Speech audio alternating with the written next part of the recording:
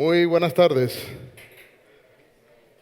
Creo que me toca una hora complicada después del almuerzo. Espero que el almuerzo haya sido ligero para que no se me vayan a dormir en este tiempo de la charla, ¿vale?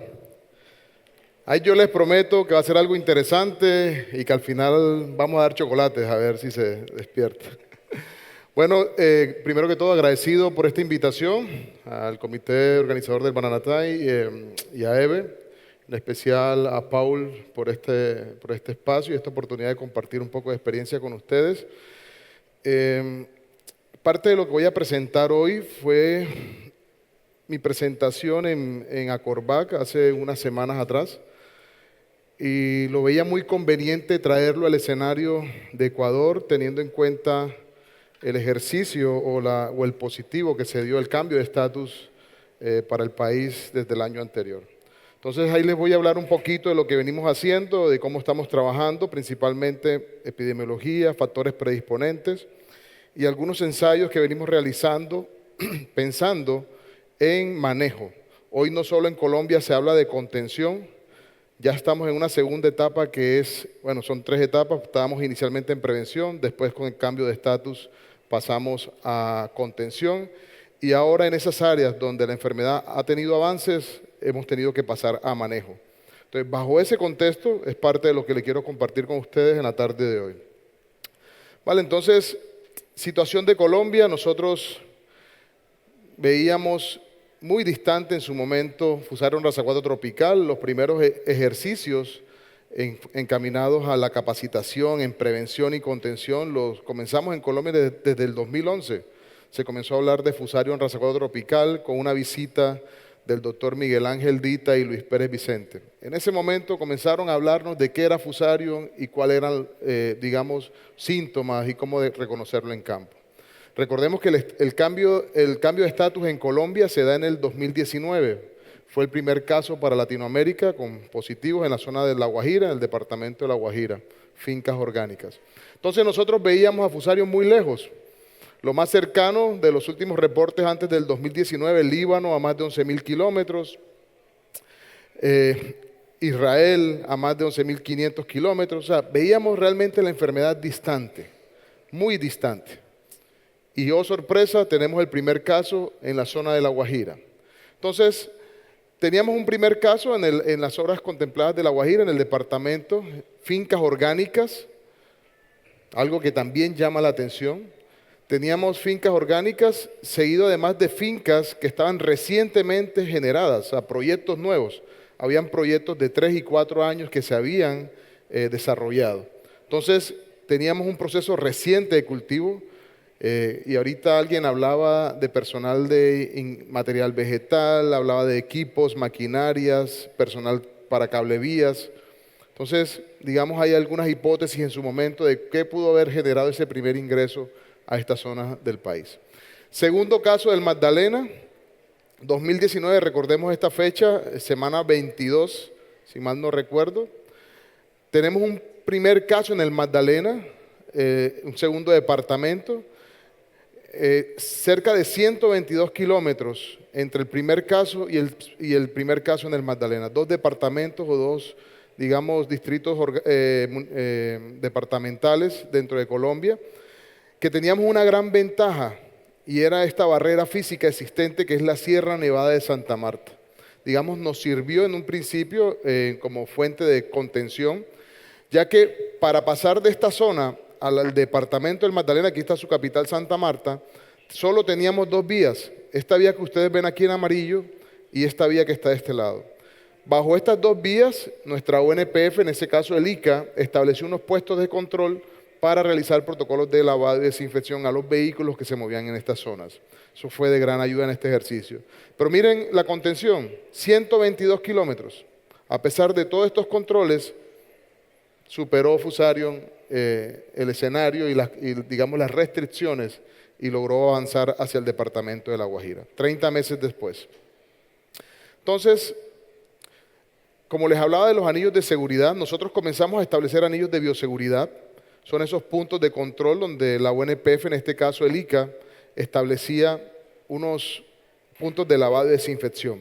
Pero teníamos un gran problema y yo creo que aquí en Ecuador también lo han podido vivir con la situación. Y es confusión de Fusarium frente a lo que es disqueia o bacteriosis. Desafortunadamente, Fusarium ocurre como cuando a las personas le da una enfermedad terminal, cáncer. El primer médico nos dice, ¿tienes cáncer? Y no, médico, usted está equivocado. Vamos a un segundo diagnóstico. Cáncer. Médico, usted está equivocado. Y así pasamos 2, 3 meses, cuando ya aceptamos nuestra situación, que queremos ingresar a un tratamiento médico, ya la enfermedad ha tenido avances. Esta es una situación para el caso de Fusarium que genera algo similar. Vemos este tipo de plantas, esto que ustedes ven aquí, esto es una bacteriosis. Fusarium solo representa esta parte oscura. El objetivo no es de hablar de síntomas, pero igual es importante dentro de la epidemiología.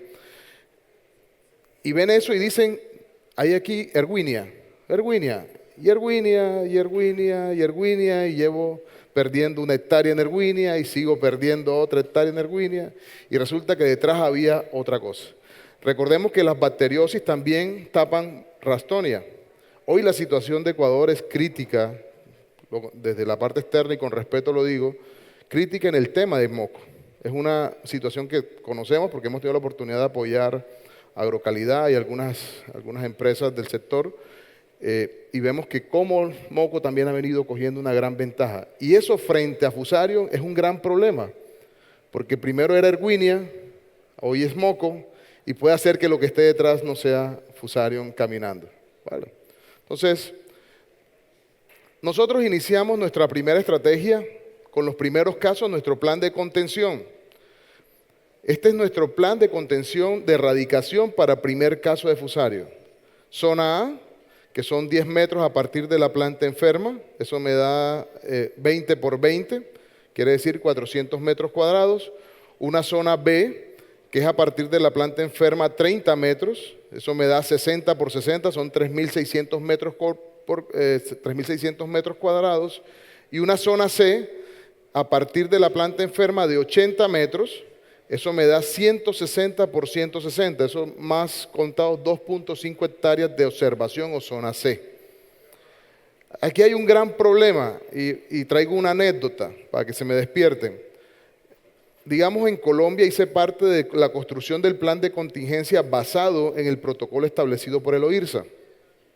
Yo estaba en ese momento en Cenibanano, era auxiliar de investigación del Centro de Investigaciones para el Banano en Colombia. Con mi participación en diferentes temas de Fusarium y mi entrenamiento, el ICA en su momento me hizo partícipe de la construcción de este protocolo. Yo lo veía desde el ámbito científico, contención. Cuando se da el caso de Fusarium en Colombia, paso a trabajar, Grupo Agrovit me llama para que haga parte de su compañía y ya me tocaba del lado de producción. Entonces, en la primera junta que me tocó con los dueños de la organización y se les presenta esto, decían, ¿quién sería el desgraciado que se inventó esta vaina? Y un compañero que me aprecia mucho le decía, jefe, no vaya muy lejos, levante la cabeza y mire lo que ahí lo tiene al frente.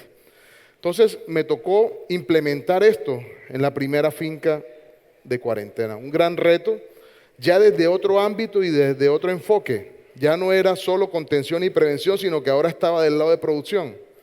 Inicialmente me decían el doctor no. Para mí era muy fácil en ese momento ganarme el sueldo porque me decían, Antonio, necesitamos mover una maquinaria. No se puede. Antonio, necesitamos mover personal. No se puede. Antonio, no. Entonces mi jefe me colocó cariñosamente el doctor no. A todos le decía que no y era muy fácil para mí. Hasta el día que me dijeron, señor, a partir de la fecha no nos puedes decir que no. A partir de la fecha me tienes que decir cómo lo vamos a hacer. Y ahí sí me la pusieron complicado. Entonces nos tocó desarrollar una estrategia de prevención en bioseguridad, biológicos, etcétera, etcétera. Entonces este es el plan de contención. Como pueden ver, esta es la zona A, zona que se encarpa, donde ustedes lo han visto, los que han tenido la oportunidad aquí en Ecuador, de ver algunas imágenes aéreas con el área de foco ahí en Santa Rosa, aquí cerca. Esta zona B, que es la zona de contención o aislamiento que se erradica, se inyecta. Y tenemos una zona C de observación, donde esta zona queda para hacer seguimiento, vigilancia y monitoreo. Ese es el marco de contención para el primer caso.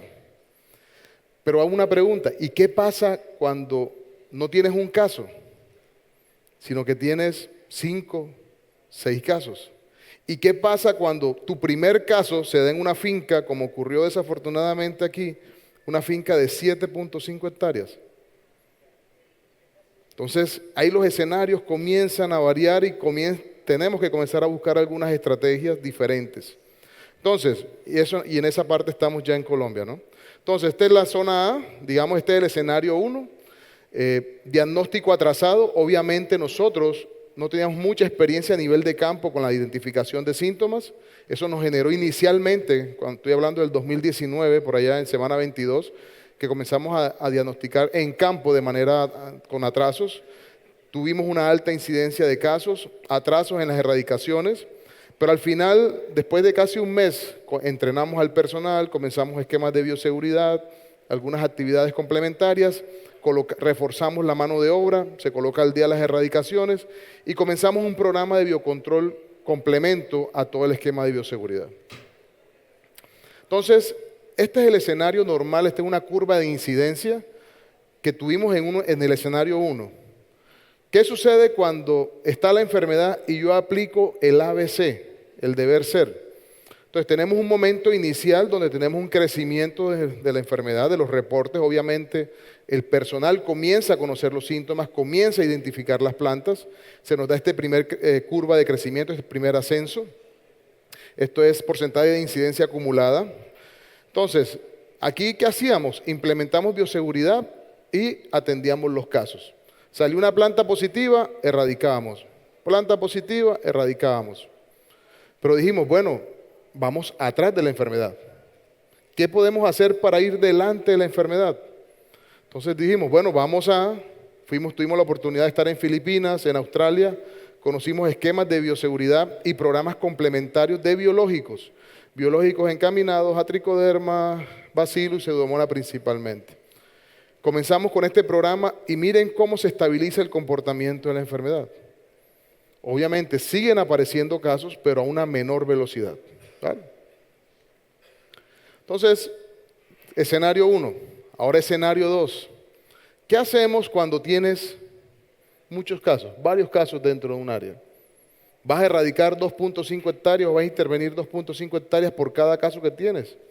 Tienes que comenzar a buscar estrategias diferentes que te garanticen la contención, pero también que productivamente te ayude a continuar en el negocio. Y aquí traigo unas palabras que en su momento Jaime, cuando fue subdirector, su gerente del ICA Nacional, ¿te acuerdas en la visita de la doctora Rhiannon Evans de Australia? Que ella era la representante de la UNPF de Australia, le decía al ICA nuestro en la visita en campo, no ahorques al productor, porque si ahorcas al productor con medidas, no va a haber quien pague la bioseguridad. La bioseguridad se paga con cajas. Y si no hay cajas, ¿quién te cubre? Pediluvios, amonios cuaternarios, biológicos, mano de obra, etcétera, etcétera. La carpa que utilizas para cubrir los casos. Entonces, hay que establecer medidas que ayuden en la contención, efectivamente, que sean efectivas, pero también que nos den la oportunidad a seguir produciendo. Porque una finca abandonada, y es lo que nos ha ocurrido a nosotros, tenemos una finca que se cerró, la primera finca en cuarentena fue cerrada en Colombia. La cerramos, tomamos la decisión, tengo a mis espaldas esa decisión. Y hoy es una finca que no produce, pero tenemos que mantener cercados, tenemos que mantener vigilancia, tenemos que mantener un esquema básico de protección sin estar produciendo. Muy pocas empresas o grupos podrán hacer eso. Un pequeño productor muy difícil que lo logre hacer. Y más cuando es el sustento de su día a día. Entonces, hay que estar trabajando y evaluando y seguir evaluando esas estrategias en otros escenarios. Entonces, tenemos este escenario, muchos casos, atrasos en las erradicaciones, reutilización de aguas de drenaje. La Guajira, el departamento de La Guajira está ubicada en una zona de bajas precipitaciones, son alrededor de 500 milímetros en el año, muy poco. Entonces apoyamos con riego, se riega a través tienen sistemas de riego instalados. Desde el 2019 yo tomo la decisión de suspender la reutilización del agua. ¿Qué sucedía antes del 2019? Las aguas de riego, las que drenaban, se rebombeaban a los reservorios de riego, nuevamente se tomaban y otra vez se reutilizaban porque había escasez de agua. Bajo la presencia de Fusarium, eso cambió. Yo suspendí la reutilización de aguas. Desafortunadamente, hay gente que quiere inventar la rueda y a espaldas de la decisión técnica comenzó a reutilizar el agua de algunos lotes, comenzó a redireccionarla y eso nos generó este daño. Entonces, experiencias. Atrasos en los mantenimientos de los casos. Obviamente, al tener muchos casos, pues era mucho más complicado poder mantenerlos al día, poder hacer los controles, mantener las cercas, etcétera, etcétera. Atrasos en el manejo de las coberturas, igual ocasionado por la gran presencia de casos. Miren cómo cambia la curva de incidencia de esta frente a las que presenté en el anterior. Pero hay un factor común aquí, o un factor que es el que determinante en esta situación, y lo denominamos factor H. Factor H, ¿esto lo están grabando? ¿Se está transmitiendo o se está grabando? ¿No? Entonces voy a usar una palabra y con el perdón de las mujeres que nos acompañan. Factor H es factor huevonada realmente. Cuando estoy en privado digo factor huevonada. Alguno se inventó y quiso hacer algo que no funcionó y generó este daño. Factor H es factor humano. Cuando una persona toma una decisión administrativa que termina afectando el comportamiento de una enfermedad. Entonces, bajo esa situación tenemos un escenario donde hacíamos implementación de bioseguridad, había una muy baja incidencia, miren, no superaba el 2%, y de pronto tiene un crecimiento importante, generado por ese factor H. Decisiones inconvenientes en momentos inadecuados. Factor humano, factor huevonada. Entonces, ya bajo ese escenario no podríamos aplicar el plan de contención 1, teníamos que hacer un plan B. El plan B consiste en lo siguiente, ya bajamos el área de erradicación, solo se interviene 10 por 10, esta es la zona que se encarpa, aquí está la planta con síntomas, y si en este botalón, no sé si ustedes tienen concepto, también manejan el concepto en Ecuador de botalón, que es el área que se define del cuadro de los canales secundarios, los terciarios y el cable vía. Ese cuadrado que se forma, que más o menos son 50 por 50 o 45 por 45, es un botalón, así lo denominamos en Colombia.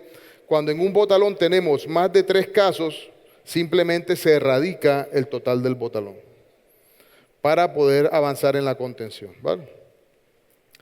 Entonces, comenzamos a hacer análisis de factores predisponentes y identificar qué condiciones hacían que algunas fincas. En el caso de La Guajira, hoy tenemos 11 fincas en cuarentena, de las cuales 9 pertenecen a la organización.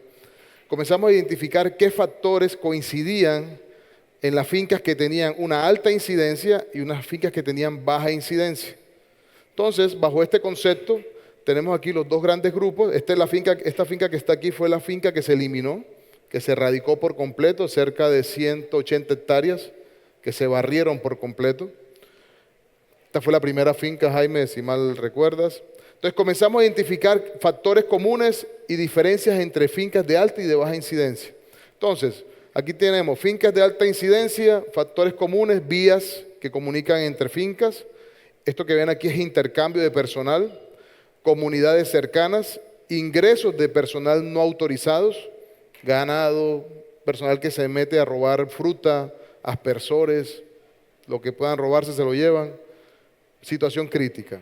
Adicionalmente a esto, miren esto, y señalo esto por la situación que actualmente vivimos acá. Inundaciones. Otro factor, compartían aguas de riego. Quiere decir que la mayoría de fincas se abastecen de las mismas o los mismos ríos que están ubicados en la zona. Pero además sus drenajes se dirigen a esos ríos. Entonces se convierte esto en un círculo vicioso de alguna manera. Factores comunes. Además de eso, tenemos grupos de baja incidencia con los mismos componentes, mírenlo aquí, inundaciones, personal no autorizado, intercambio de personal, utilizan aguas de ríos combinados, que digamos todos se abastecen de ahí, cercano a comunidades, y está este componente. ¿Qué significa este componente? Aplicación de controladores biológicos. Resulta que estas 3 fincas que hacen un bloque, estas 3 fincas antes del 2019, antes de la cuarentena, del cambio de estatus, venían aplicando unos productos biológicos, no encaminados a prevención ni a un tema de patosistemas, ¿no? Era un programa, recuerden que son fincas biológicas, que se estaba ensayando un piloto de microorganismos solubilizadores de algunos elementos, fósforo, aparte de la solución del suelo. Entonces, con el uso de estos microorganismos se cambió, o digamos, se hizo una alteración de la microfauna existente en el suelo. Y ayudó, y ha ayudado, porque es la hora y se mantiene esta situación, que estas fincas, que hoy se mantienen con programas de biológicos, sigan con una muy baja incidencia. Presentan un caso positivo cada 3 meses, cada 90 días, cada 120 días. En el resto de fincas, algunas tenemos un caso por semana. Entonces es una enfermedad que no frena, que avanza y sigue, pero sí podemos implementar algunas estrategias de manera preventiva. ¿Qué están haciendo en Ecuador, en esta zona de Machala ahorita, con los procesos de inundación? ¿Qué hicieron antes? ¿Se prepararon? ¿Están generando suelos con factores predisponentes para el hongo? Porque en algún momento va a llegar. ¿Qué están haciendo? Ustedes han tenido, afortunadamente, tuvieron la ventaja de casi 6 años. El primer reporte fue el año pasado, 2025. Casi 6 años de ventaja frente a Colombia, que fue el primer caso en Latinoamérica. ¿Cómo se prepararon? ¿Qué han hecho? ¿Qué siguen haciendo? ¿Van a salir a correr cuando tengan la enfermedad en la finca? Mala decisión. Prepárense. Háganlo antes. Estamos haciendo análisis a nivel de fincas. Lo que queríamos identificar aquí era si existía una relación de la química del suelo versus la aparición de casos. Aquí tenemos fincas de alta, mediana y baja incidencia. ¿Qué factores nos marcaron diferencia? Materia orgánica. Fincas con bajos contenidos de materia orgánica son fincas que generan mayor predisponencia para que se desarrolle el hongo.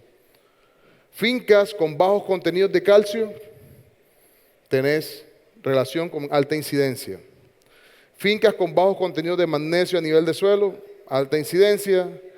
Zinc, deficiencias en zinc a nivel de foliares, alta incidencia.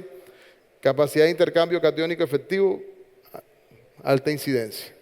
Tenemos factores que ya nos están dando señales de qué debemos controlar a nivel de suelo para que no sea predisponente o la enfermedad cuando llegue se desarrolle fácilmente.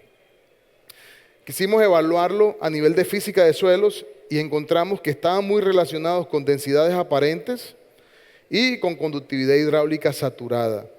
Cuando tenemos problemas de compactación de suelos, poca infiltración de agua, son suelos propicios para que este tipo de hongos se desarrollen. Entonces, ojo con eso.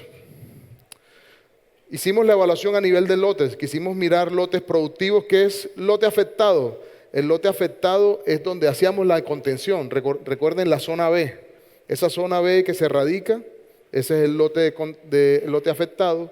Y el lote productivo es donde la zona C, esa que queda de nivel de observación. ¿Y qué encontramos aquí? Igual, pH nos marcó, cuando tenemos niveles, cuando el pH tiende a ser inferior, baja, cuando hay variaciones en los pH, genera una incidencia. Pero miren que aquí se rompe un mito que siempre hemos escuchado de Fusarium. Y siempre se ha hablado de pH de 6.5 hacia abajo. Pero aquí, 7.18. Y es una simple variación que se da por un tema de aplicación de fertilizante, que es transitoria, y esa variación tiene un efecto directo sobre el comportamiento de la enfermedad. Tenemos además calcio, nuevamente se repite. En los lotes que teníamos esta marcada deficiencia de calcio, se presenta la enfermedad, magnesio igual, y nuevamente conductividad hidráulica, capacidad de intercambio catiónico efectiva.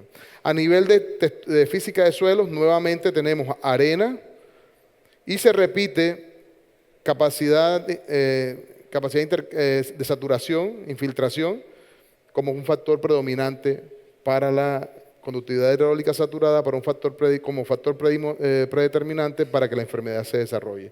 Obviamente la arena, que es el porcentaje de textura más gruesa, está relacionado con la capacidad de suelos de infiltración. Entonces, cuando tenemos menos contenido de arena, tenemos más problemas, en teoría, relacionados con compactación. Entonces, los factores se repiten y se presentan nuevamente cuando hacemos la evaluación de suelos. Entonces, miren esto.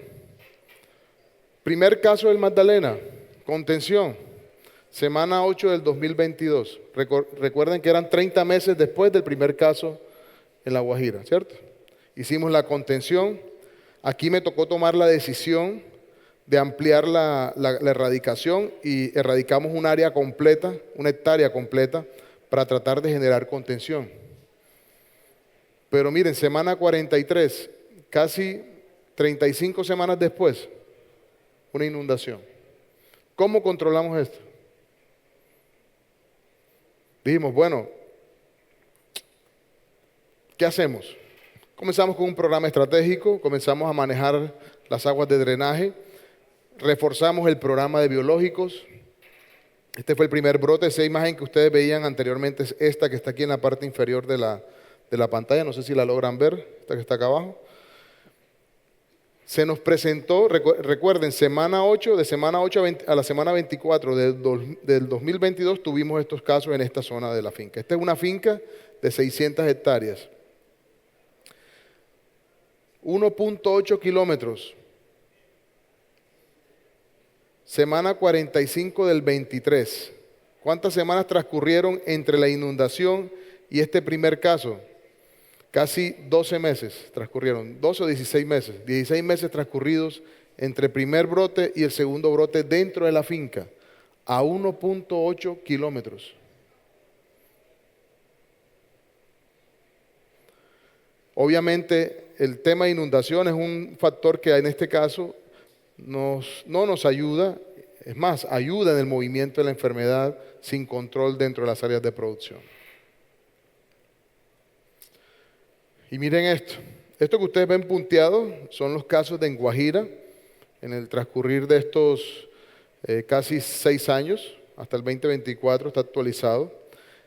Eso es Guajira, y aquí ven pegado al suelo lo que son los casos en el Magdalena.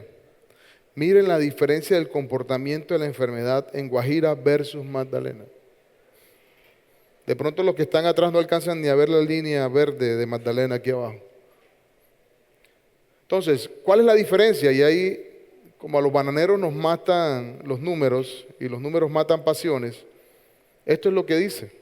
Simplemente que los controles y la experiencia que hemos acumulado en La Guajira realmente ha sido efectiva y nos da razones para seguir trabajando en la contención de la enfermedad en esas áreas donde la presión de inóculo es baja. Y para hacerla que se mantenga baja tenemos que implementar bioseguridad, estrategias biológicas, temas de fuentes de fertilizantes y ciertos fertilizantes que se vuelven restrictivos si tienes presencia de Fusarium en un reservorio tropical. Entonces te toca comenzar a trabajar drenaje, descompactación, hacer agronomía nuevamente, ¿vale? Que a veces se nos ha olvidado. Dentro del programa biológico, pues tenemos un programa completo de tricodermas, bacilos, pseudomonas, obviamente buscando efectos directos e indirectos, directos biocontrol, bioremediación, promoción de crecimiento, colonización externa e interna de la planta, solubilidad de nutrientes, secreción de metabolitos y enzimas líticas, y efectos directos como antibiosis, enzimas hidrolíticas, competencia e inducción de respuesta a la defensa a través de las plantas. Son los dos efectos que estamos buscando en la aplicación de biológicos. Y aquí es donde también hay que tener cuidado. En Colombia, cuando aparece el primer caso, ya había personas o casas comerciales que nos decían, ya aquí está la solución, aplícala. Y han pasado casi 6, 7 años y esa solución realmente nunca funcionó. Entonces hay que tener cuidado porque aparecen las aguas mágicas que realmente no contienen las cantidades ni los tipos de microorganismos que están en las etiquetas. Hay que tener cuidado con eso. Pero realmente sí hay un efecto directo sobre algunos biológicos con relación a Fusarium rosacuata tropical. Nosotros hemos tenido la oportunidad, en este caso con Agrosavia, en conjunto con Agrosavia representa, si no estoy mal, Freddy, representa lo que representa el INIAT acá en Ecuador, ¿cierto? Es nuestro ente de investigación que se encarga de hacer las validaciones. Nosotros tomamos todos los productos que tenían registro ICA, imagino que aquí existe también el registro agrocalidad de productos agropecuarios, que están registrados y los validamos frente a Fusarium. Aquí están con sus antecedentes y concentración de los diferentes microorganismos. Y encontramos lo siguiente. Estos son los tratamientos, este es T0, obviamente. Inicialmente lo hicimos con raza 1, porque queríamos evaluar cómo se comportaban con los dos tipos de fusarium que tenemos y encontrábamos que algunos elementos a nivel de laboratorio realmente daban una efectividad. Aquí tenemos raza 1 y aquí tenemos raza 4. Miren, tratamiento 1, 2, 3, 7. Este 7 grábenselo en la retina para que lo vean más adelante. Entonces, además de eso, hicimos réplicas a nivel de invernadero. Sembramos meristemos y después de 3 meses de desarrollo comenzamos a inocularlos con productos biológicos y posterior a eso los inoculamos con Fusarium raza 4. Y también tuvimos control. Mira el T7 nuevamente, lo que les mencionaba. Ya esto es un ejercicio más cercano a campo, ¿no? El T7 se replica nuevamente dentro del ejercicio. El T5 es el tricoderma nuestro, el tricoderma que la organización, nosotros tenemos un laboratorio que se llama Agrotep, producimos nuestro propio tricoderma, el cual fue seleccionado de áreas boscosas, de fincas libres de Fusarium, se le hicieron validaciones frente a raza 4, encontramos unas especies, digamos, promisorias y son las que aplicamos en nuestras fincas. Nosotros producimos nuestro propio tricoderma y próximamente nuestro propio Bacillus y Pseudomonas. Pero este T7, no lo producimos nosotros, es una mezcla de otros elementos que más adelante les pudiera compartir las fichas técnicas. Entonces, hicimos validaciones, como pueden ver, los diferentes ejercicios. El T7, mírenlo aquí, se comportó muy bien. Y T5, tricodermas del grupo Agrovid. Ahora, moco. Con todo lo que hemos hecho, ¿cómo se comportó moco? Y este es el resultado. Desde el 2019 hasta el 2024, digamos, la tasa de incidencia de casos de moco ha trascendido, ha bajado sustancialmente. Muy buen resultado. Esto que ustedes ven en esta línea verde representa el momento en el que comenzamos las aplicaciones de biológicos a nivel de campo. Nosotros aplicamos los biológicos a través del fertirriego, se hacen inundaciones o en drains, en las áreas calientes o áreas cercanas a los focos, hacemos refuerzos con estos biológicos. Para eso es Guajira. Para el caso de Magdalena, miren el comportamiento cómo es de diferente. A partir de aquí arrancamos con moco, con los casos desde el 2019. Esta es la aplicación de biológicos y teníamos un muy buen control hasta este momento. Miren estos dos momentos. ¿Qué ocurrió ahí? Y fue una situación muy marcada. Uno de los dueños de la compañía compró 2 fincas. Esas 2 fincas, en 3 semanas identificamos más de 600 casos de moco.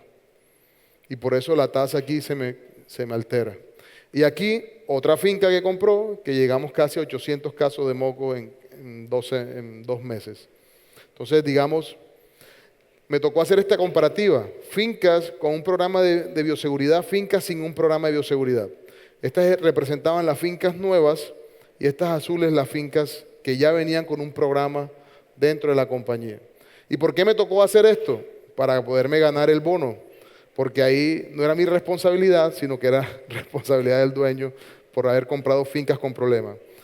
Y le hacemos un chiste a eso. Uno le dice a uno de los dueños, ustedes si le dicen que la finca tiene moco, no lo piensa 2 veces, la compra inmediatamente. Entonces, esto es un gran problema, pero tiene un manejo que puede dar muy buen resultado. Como les hablaba de manejo, nosotros comenzamos a hacer estrategias de manejo para Fusarium y diseñamos estos tratamientos. Esto lo estamos haciendo en convenio con Agrosavia. 3 tratamientos con material William, material susceptible a Fusarium raza 4 tropical. Tenemos un programa biológico de vivero, que es el que aplicamos, que tenemos establecido. Tenemos un programa biológico de campo. Aquí tenemos el que aplicamos normalmente para finca y aquí estos B2 representa un programa modificado y un programa de acondicionamiento de suelo. Principalmente tricodermas para lo que es programa de vivero, tricoderma y mezcla de bacillus. En el caso de programa biológico de fincas, tricodermas más bacillus subtilis y pseudomonas. Y este tratamiento modificado B2 que además posee una mezcla de microorganismos. Esta mezcla de microorganismos representa el T7, el que vieron en las evaluaciones que hicimos anteriormente. Adicionalmente a eso tenemos un programa de finca de fertilización, tenemos el normal de finca y uno modificado con materia orgánica complejada, con algunos elementos. Y tenemos estos 3 tratamientos a nivel de campo. Esta área se encontraba de esta manera. Miren, esta selección representa este lote que está acá. Ahí se montó el ensayo de estos 3 tipos de tratamientos para la evaluación. Y miren lo que encontramos. En R0, en el caso del T0, 17 plantas enfermas, T1, 4 plantas enfermas, T2, 6 plantas enfermas. Incidencias, .54, .13, 0.19. Promedio, 0.29. En R1, primer racimo, 226 plantas para T0, 116 para T1 y 78 para T2.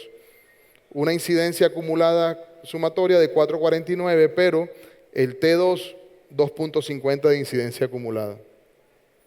Al final del ejercicio, hoy ya estamos en R2, próximamente compartiré la información de R2, se mantienen estos números, pero hoy estamos en promedio de 4.78 de incidencia en estos 3 tratamientos, con la más alta siendo el T0, que es un manejo prácticamente no hacer nada o mucho en la finca.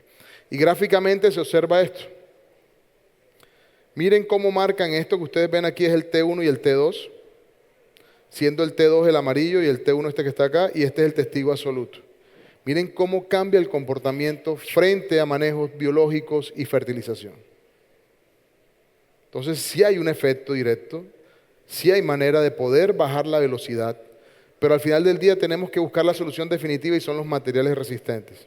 Y ahí estamos trabajando. Pero mientras eso llega, esto es una muy buena estrategia para trabajar. Seguimos avanzando, ya vamos a R2, ya avanzamos a R2. Y esto, como les digo, el T0 y el T1, perdón, el T1 y el T2 muestran muy buenos resultados. Esto que les coloco aquí, 15%, es lo que manejan en Filipinas. En Filipinas las áreas afectadas que presenten más del 15% simplemente se erradican.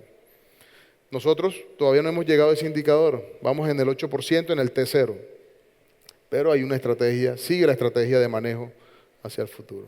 Una imagen habla más que 1000 palabras, T0, ahí ven la distribución de los casos.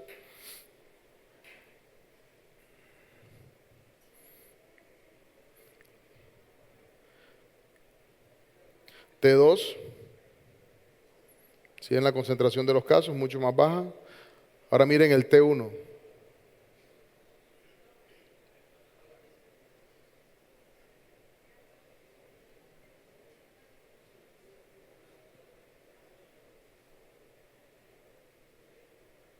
Muy baja la presencia de casos.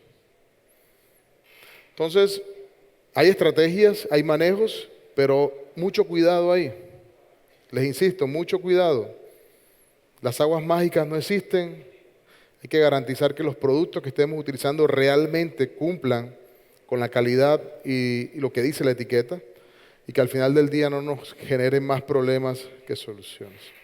Evaluación de materiales promisorios. Venimos trabajando en los materiales promisorios.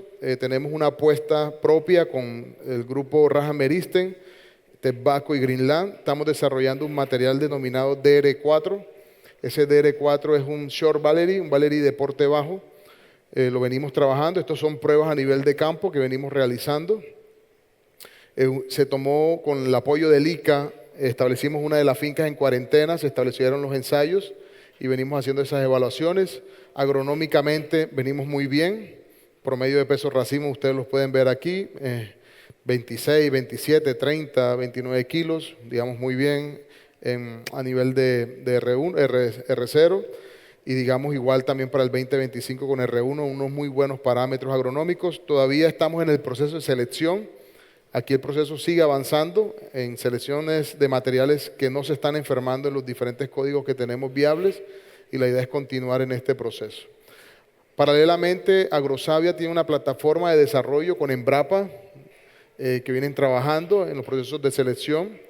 Esto se viene haciendo también en una de las fincas del grupo, en la parte de invernadero y una evaluación semicampo que se hace en baldes o en tanques de agua. Este es el área, tenemos inoculación en estos tanques e inoculación de siembras en campo.